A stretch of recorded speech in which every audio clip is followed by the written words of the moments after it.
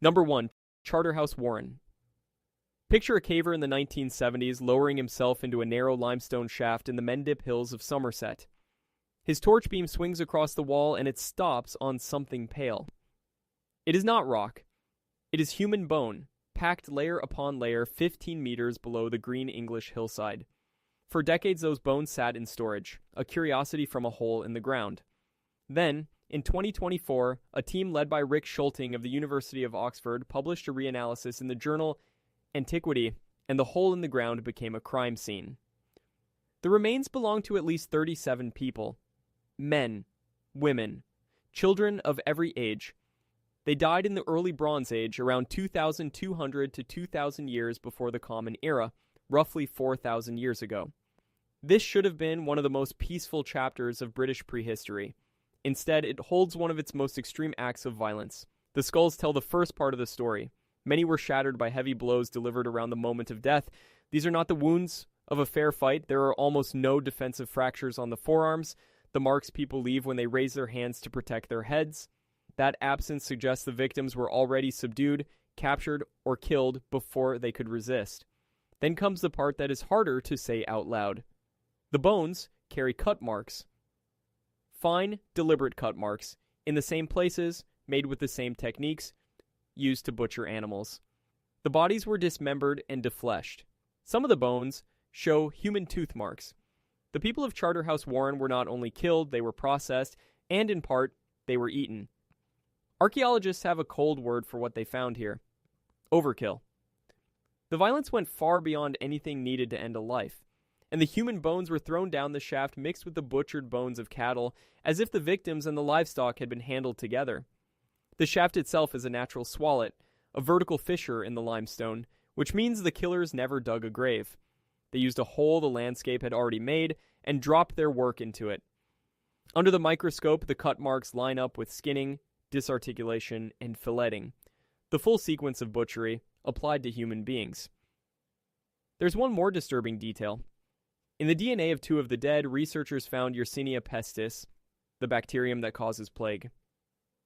Whether disease sparked the massacre or simply traveled with its victims, no one yet knows. So why did it happen? The leading view is that this was the annihilation of an entire community, a single catastrophic act of revenge between rival groups. Others read it as a raid meant to erase a settlement completely. A darker reading sees ritual dehumanization, enemies unmade and consumed. Whatever the motive, an entire village vanished in one episode, in an age we like to imagine was quiet. Number 2. The Tsukumo shark attack victim. Somewhere on the coast of the Seto Inland Sea 3,000 years ago, a group of foragers dragged a body out of the water. A leg was gone, an arm was gone. What remained was a man torn nearly apart. They carried him home and buried him with care. His skeleton was excavated in 1919 from the Tsukumo shell mound in Okayama, Prefecture, Japan, and catalogued simply as individual number 24. He was an adult male of the Jomon people, hunter-gatherers who fished and dived these waters. For a century, he was just another set of bones in a museum drawer. Then, in 2021, researchers took a closer look, and the count of his injuries stopped them cold. 790 separate wounds. The study, published in the Journal of Archaeological Science Reports, was led by Alyssa White and Rick Schulting of the University of Oxford, working with colleagues at Kyoto University. His right leg had been completely severed and was missing entirely. His left leg had been detached and placed on top of his body in the grave. His left hand was gone. The pattern of the gouges, deep parallel grooves, and cleanly bitten bone matched only one thing. A large shark, most likely a great white or a tiger shark, both of which hunt these seas. The team compared the wounds against forensic records from modern shark attacks. Their reconstruction was grim and precise. He was alive when it began, and he bled out fast in the open water. Radiocarbon dating places his death between about 1,300 and 1,000 years before the Common Era. That makes him the oldest victim of a shark attack ever documented anywhere on Earth. Everything about the burial says his community reached him quickly. His torso was intact. They recovered what the sea left and laid him to rest, even arranging the severed leg over his body. There's a mystery still swimming under the surface. We do not know exactly what he was doing when it happened. diving for shellfish, fishing from a small boat, perhaps already injured and in the water. What we do know is that the people who buried him understood exactly what had killed him, and they cared enough to bring him home in pieces. The original excavation took place in 1919, but it took 100 years and a fresh forensic eye to recognize what the bones were actually saying.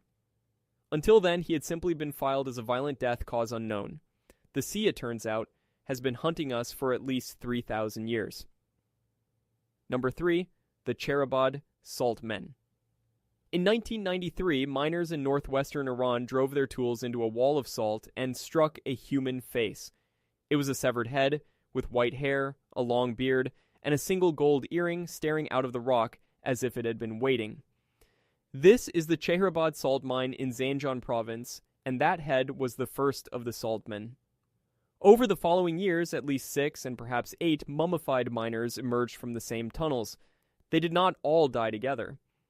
Radiocarbon and archaeological dating spread their deaths across more than 1,000 years, from the Achaemenid Empire around 500 years before the Common Era to the Sasanian era around the 6th century after it. They share one thing. Each was killed by the mine itself. Sudden collapses brought tons of rock and salt down on them where they worked. Scans of their bodies reveal crushed skulls and broken bones, the signature of men buried alive in an instant. Beside the first head lay an iron knife, a scrap of woolen cloth, and a leather boot with part of the foot still inside it. What the salt took, it also kept. Salt pulls the water out of tissue and stops the bacteria that cause decay, so it mummifies flesh naturally. The saltmen still have skin, hair, beards, even internal organs. One of them, discovered in 2004 and known as Salt Man 4, was a teenager of only about 16, and he is among the best preserved of them all. Salt Man 3, also found in 2004, survived as a nearly complete body, still wearing his leather boots. German researchers from the mining museum in Bochum joined Iranian teams to study the bodies. Inside one, they found the eggs of a tapeworm, some of the earliest direct evidence of ancient parasites in the region. Preserved stomach contents let them reconstruct the miners' final meals. These were ordinary laborers caught mid-shift, their last day frozen in crystal. Today, several of the saltmen rest in a museum in Zanjan. One was very nearly destroyed by the modern machinery that rediscovered him. A strange echo across 2,000 years, the mine still reaching for the men who worked it. Isotope analysis of their teeth hints that the labor came from many different places, drawn to a mine that paid in salt and, too often, collected in lives. Number 4. The Pommelte ritual shafts. At dusk on a plain in central Germany, 4,000 years ago, a body was carried to the edge of a pit and dropped in. Around it stood a great ring of timber posts dark against the fading sky. This was a sacred place, and sacred here did not mean safe. The monument is called the Ringheiligtum Pommelte, near Magdeburg in Saxony-Anhalt.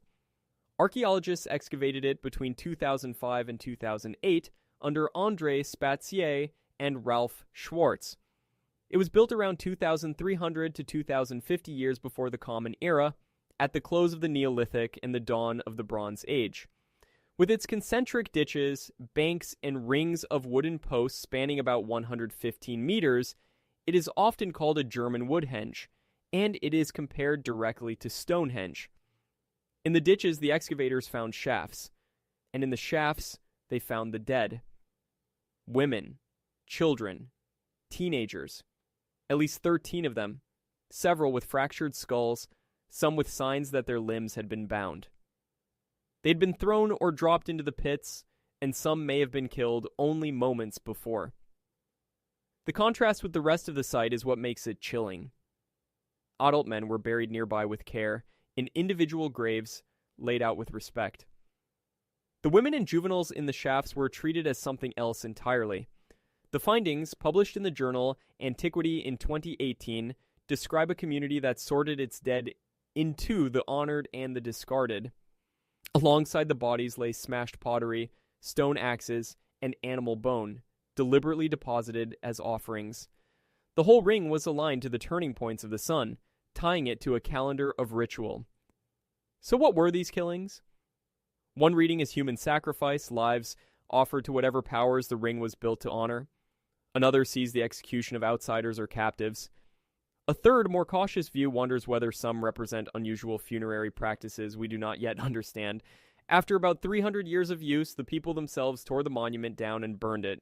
Whatever happened in those pits, they seem to have decided it was finished.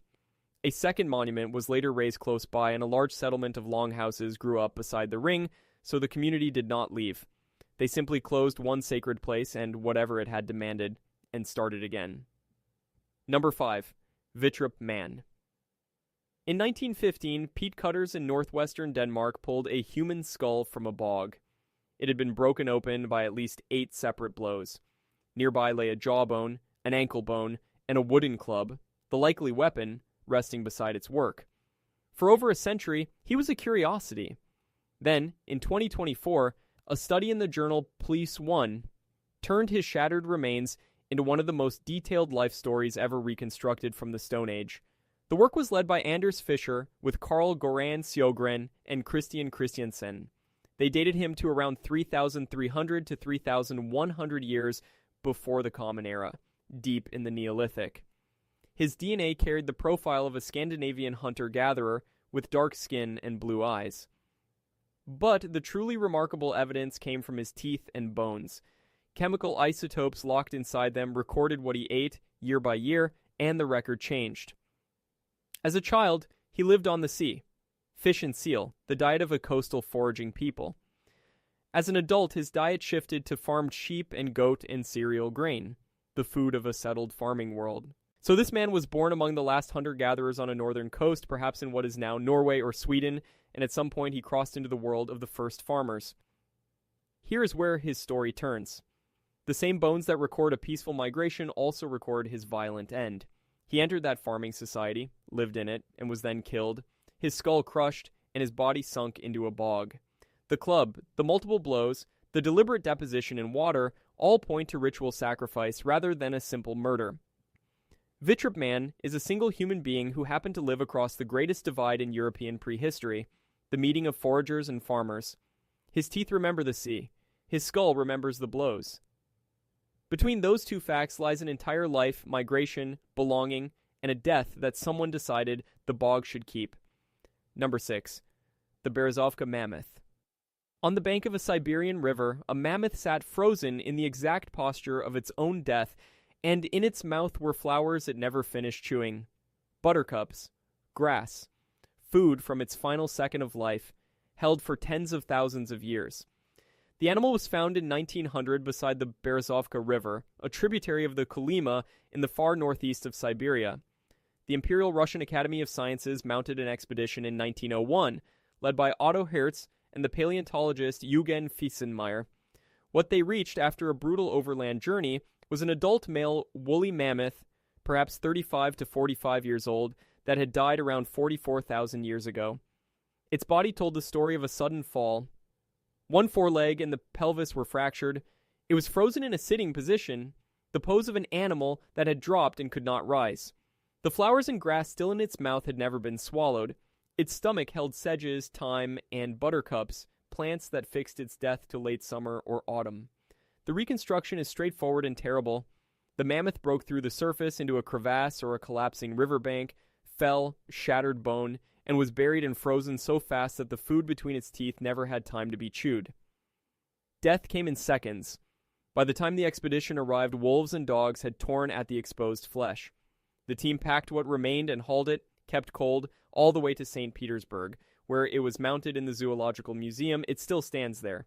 It gave scientists their first detailed look at mammoth soft tissue, at that thick russet underwool, and those long guard hairs, and at exactly what these animals ate. Eugen Fiesenmeyer later wrote a memoir of the recovery, describing the stench of thawing flesh and the desperate race to save the carcass before the brief Siberian summer rotted it away. We tend to picture the Ice Age as slow, a world grinding under glaciers. The Berezovka Mammoth is a reminder that it could kill in an instant. One misjudged step onto unstable ground, and the frozen world simply swallowed a 5-ton animal whole, flowers and all. Number 7. The Cleveland-Lloyd Allosaurus Death Trap. Imagine a patch of Jurassic mud in what is now central Utah.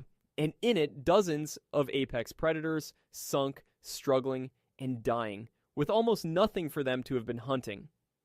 That is the impossible scene preserved at the Cleveland-Lloyd quarry.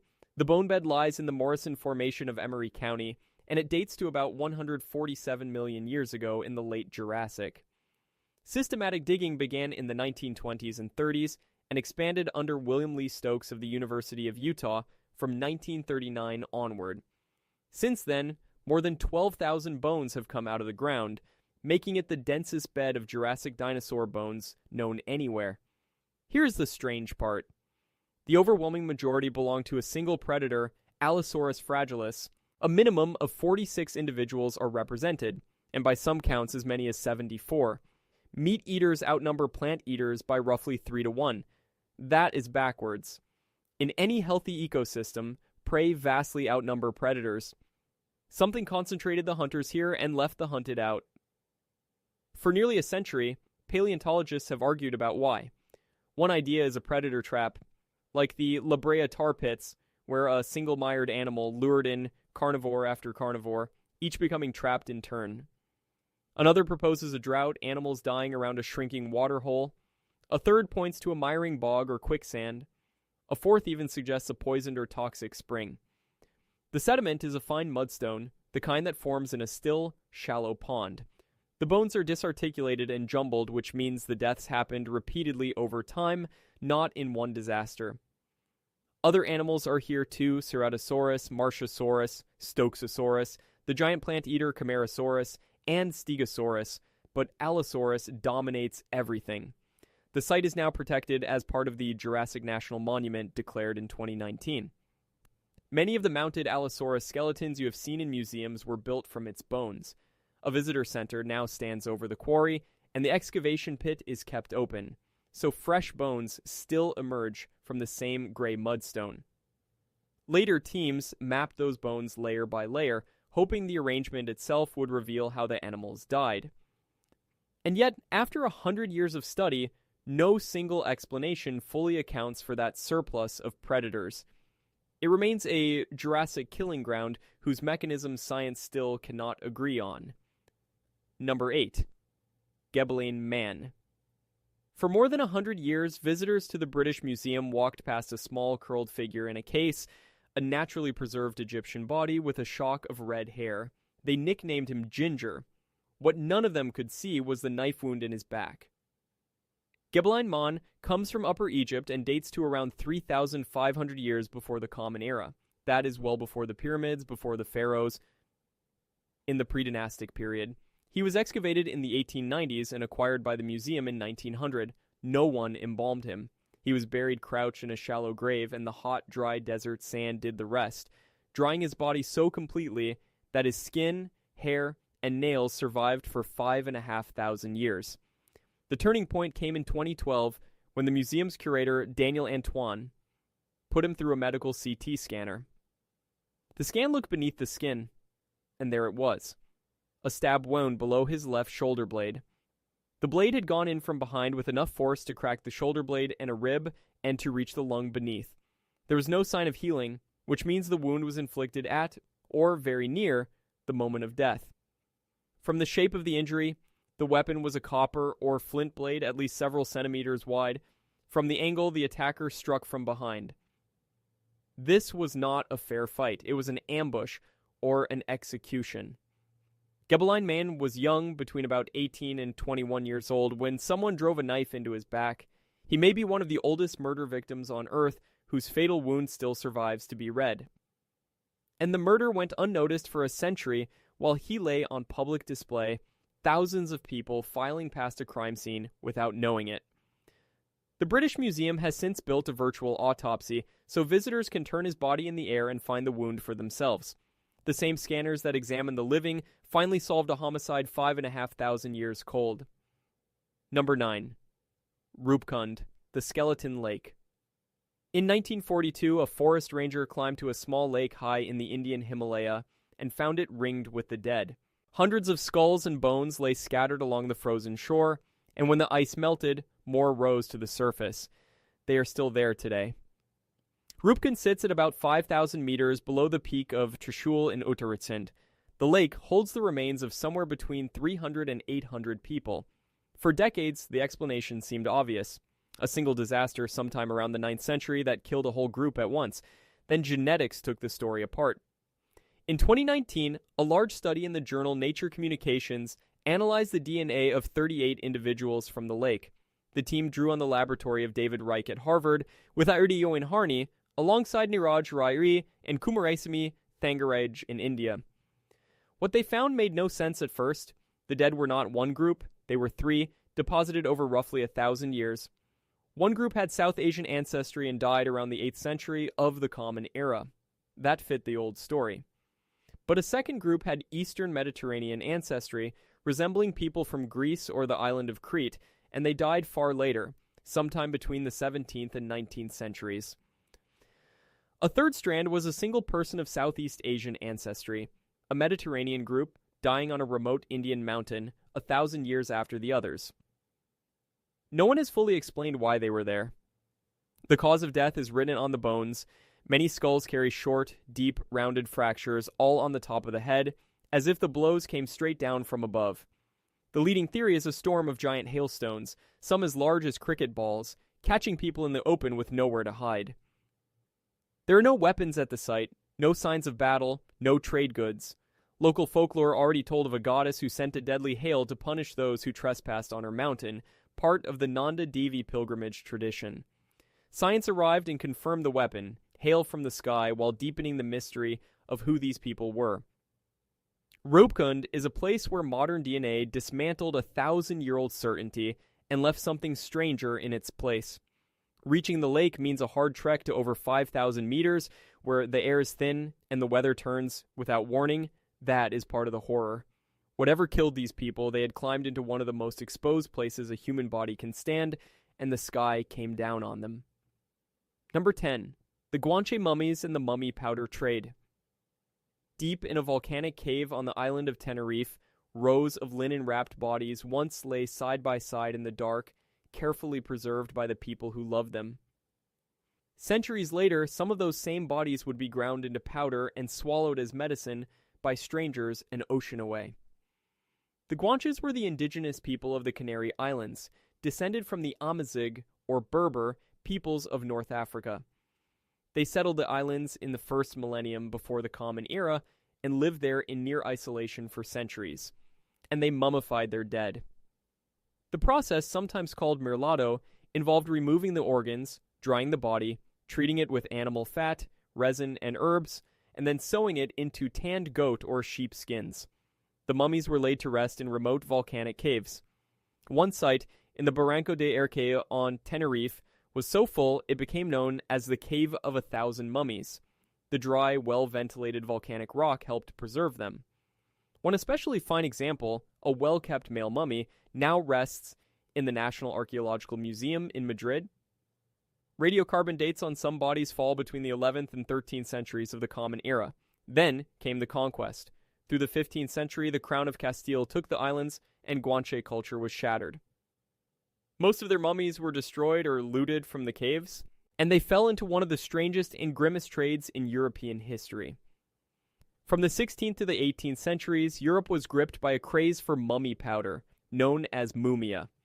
Ground-up human mummies were sold as a cure for everything from bruises to epilepsy. Bodies from Egypt fed the trade, and so did others, including the plundered Guanche dead. People who had been lovingly preserved by their own community were, in the end, consumed by distant strangers as medicine. Modern researchers have studied the survivors of this destruction with CT scanning and DNA, reading their diet, their diseases, and their deep Berbere roots. But the great cave collections are gone. The Guanche dead endured a double horror. First, an elaborate ritual to preserve them forever, and then a commerce that ground them into powder. By some estimates, the islands once held tens of thousands of mummies. Almost none survive. What the conquest did not burn, the apothecaries of Europe slowly swallowed. Number 11. The Paracas elongated skulls. On the desert coast of Peru lie skulls that seem to belong to another species entirely. Not round, but stretched, pulled backward and upward into long tapering shapes that stare out of the sand and refuse to look human. They come from the Paracas culture, which flourished on the south coast of Peru from about 800 to 100 years before the Common Era. In the 1920s, the pioneering Peruvian archaeologist Julio Tello excavated a great cemetery called Huari Cayan, recovering around 429 mummy bundles wrapped in some of the finest textiles ever woven in the ancient Americas. Among them were these extraordinary elongated skulls. The mainstream explanation is well understood. It is artificial cranial deformation. If you bind an infant's head with boards and pads while the skull is still soft, the growing bone reshapes permanently. Cultures all over the world did this as a mark of identity, status, or beauty. The Paracas simply took it to a dramatic extreme. But some of these skulls have unusually large internal volume and heavy bone, and that has fueled a century of far stranger claims. Fringe promoters, most notably a figure named Brian Forster, have argued the skulls are not fully human at all, but alien or some hybrid. In 2014, a claim of unknown DNA circulated widely. It was never peer-reviewed and geneticists reject it. Here, the evidence splits three ways, and it is worth holding all three. The mainstream view says every feature is consistent with a modified but completely human skull. A second, careful scientific debate asks which specific traits are cultural shaping, and which are natural human variation, or even pathology, features like enlarged openings in the bone or an unusual seam along the top of the head. And the third strand is the alien claim, popular online and rejected by every serious analysis. The desert preserved more than bone here. Some skulls still carry skin and reddish hair. Modern imaging shows their internal structure sits firmly within the human range. What the Paracas skulls really record is how far people will go to reshape their own bodies and how quickly myth grows over real, strange-looking bone. Tello, digging in the 1920s, understood these were his own ancestors dead, reshaped by hand and wrapped with astonishing skill. The 429 bundles he lifted from the sand remain one of the richest windows we have into a vanished people. Number 12. The Screaming Mummy, Unknown Man E. Among the wrapped kings of ancient Egypt, one body does not rest. His head is thrown back, his mouth is stretched wide open, frozen in what looks like a scream that never ended. And unlike the pharaohs around him, he was buried with no name. He was found in 1886 in a hidden royal cache near Luxor known as Tomb DB 320 and unwrapped under the French Egyptologist Gaston Maspero. On the records, he became simply Unknown Man E. Everything about his burial was wrong. He was wrapped not in fine linen, but in a sheepskin, a material Egyptians considered ritually impure. His hands and feet appear to have been bound. His body was not treated in the careful royal way. For over a century, that open-mouthed face fueled dark theories that he had been poisoned or even buried alive. The truth, when it came, was worse in its own way. In 2008, DNA testing under Zahi Hawass and the Egyptian Mummy Project linked this man to the family of Ramesses III. He is now widely identified as Prince Pentawere, a son of that pharaoh. Pentaware's name appears in one of the most notorious crimes of the ancient world, the Harem Conspiracy. Around 1155 years before the Common Era, members of the royal household plotted to assassinate Ramesses III. We know this because the trial survives, recorded on a document called the Judicial Papyrus of Turin, which names the conspirators and their punishments. For a long time, no one knew whether the plot had actually succeeded. Then, in 2012, a study published in the British Medical Journal by Sahar Salim and Zahi Hawass put the mummy of Ramesses III through a CT scanner. His throat had been cut deeply all the way to the bone. The assassination had worked. Pentawere was found guilty and is believed to have been forced to take his own life. His punishment continued after death. The impure sheepskin, the missing name, the denial of a proper royal burial, all of it marks him as a condemned traitor rather than a prince. As for the scream, the likeliest explanation is simple and grim. With his jaw left unbound, it dropped open after death and set that way. A haunting face bolted forever to one of history's best documented palace murders. It is rare to be able to name a mummy, name his crime, name his victim, and confirm that the crime was carried out all from the bodies themselves. Unknown Man. He lets us do all four. Line up these 12, and a pattern emerges that is almost as disturbing as the finds themselves. Nearly everyone was left out of the official story.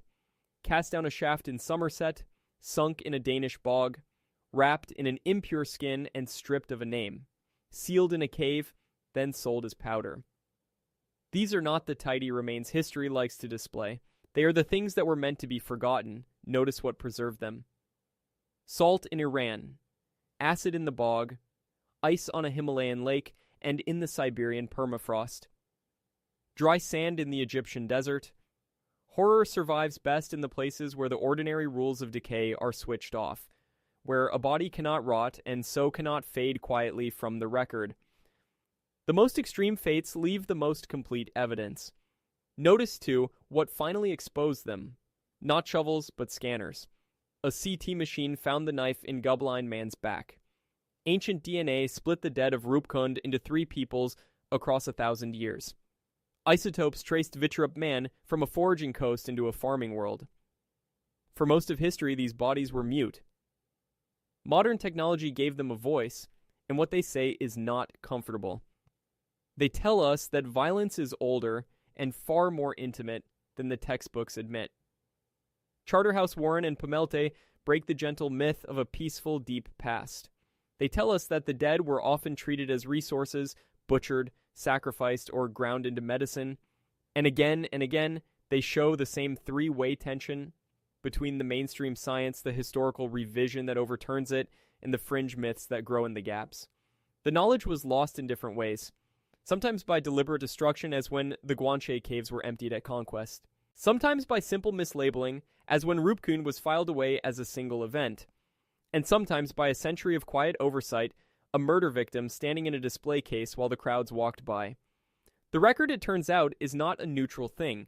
It is curated, and much of what is worst was simply left out.